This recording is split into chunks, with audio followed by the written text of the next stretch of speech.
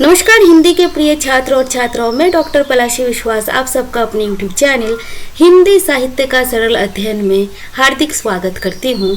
प्रिय छात्रों, आज हम जिस विषय का अध्ययन करने जा रहे हैं वो है अनुवादक के गुण।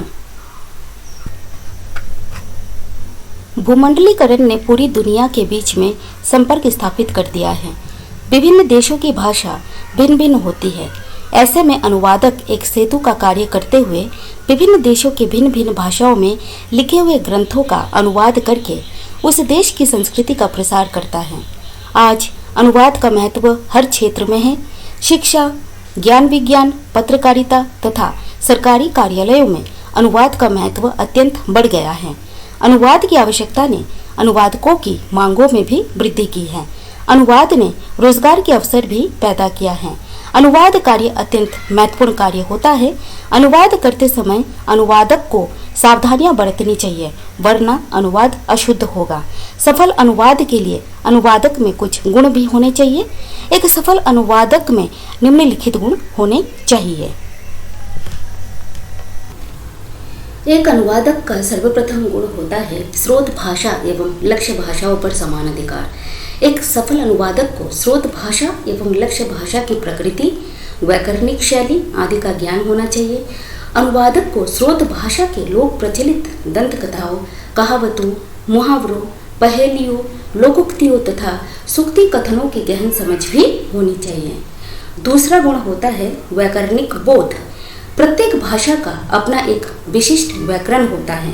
व्याकरण के ज्ञान के बिना अनुवाद कार्य अस्पष्ट होता है। एक सफल अनुवादक को स्रोत भाषा और लक्ष्य भाषा दोनों भाषाओं के व्याकरण का समुचित ज्ञान होना चाहिए।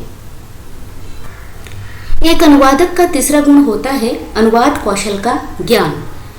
अनुवाद कार्य एक दायित्वपूर्ण कार्य होता है। इस कार्य को करने से पूर्व अनुवादक को अनुवाद कौशल का ज्ञान अर्जन करना पड़ता है। अनुवाद कौशल से अनभिज्ञ अनुवादक कभी भी सटीक तथा स्पष्ट अनुवाद नहीं कर पाएगा। चौथा गुण होता है बहुज्ञता तथा विवेकशीलता। एक आदर्श अनुवादक के लिए बहुज्ञ तथा विवेकपूर्ण होना अनिवार्य होता है। अनुवादक को स्रोत सामग्री का पूरा ज्ञान रखना चाहिए। संप्रेष्य विषय की सारी बारीकियों से परिचित होना चाहिए, तभी उसका संप्रेषण ठीक होगा। मूल भाषा के संदर्भ, प्रसंग, परिवेश, प्रयोजन, प्रासंगिकता, तार्किकता तथा सूचनात्मकता आदि को पहचानने की क्षमता किसी बहुज्ञ व्यक्ति में ही हो सकता है। विवेकशीलता भी अनुवादक का अनिवार्य गुण होता है। एक विवेकशील अनुवादक ही अनुवाद कार्य को सफल बनाता है। एक अनुवादक का अगला गुण होता है सतर्कता। एक सफल अनुवादक को अनुवाद कार्य के आरंभ से अंत तक सतर्क रहना चाहिए। ये सतर्कता पाठ चयन, पाठ पठन से मूल पाठ से मिलान, तुलना तथा संशोधित भाषांतरण तक आवश्यक होती है। मूल पाठ लिखते समय एक लेखक जितना सतर्क रहता है, उतना ही एक अनुवादक को संबंधित पाठ का अनुवाद करते समय सतर्क रहना चाहिए। अगला गुण होता है प्रतिभा संपन्नता। जन्मजात प्रतिभा भी एक सफल अनुवादक का अनिवार्य गुण होता है।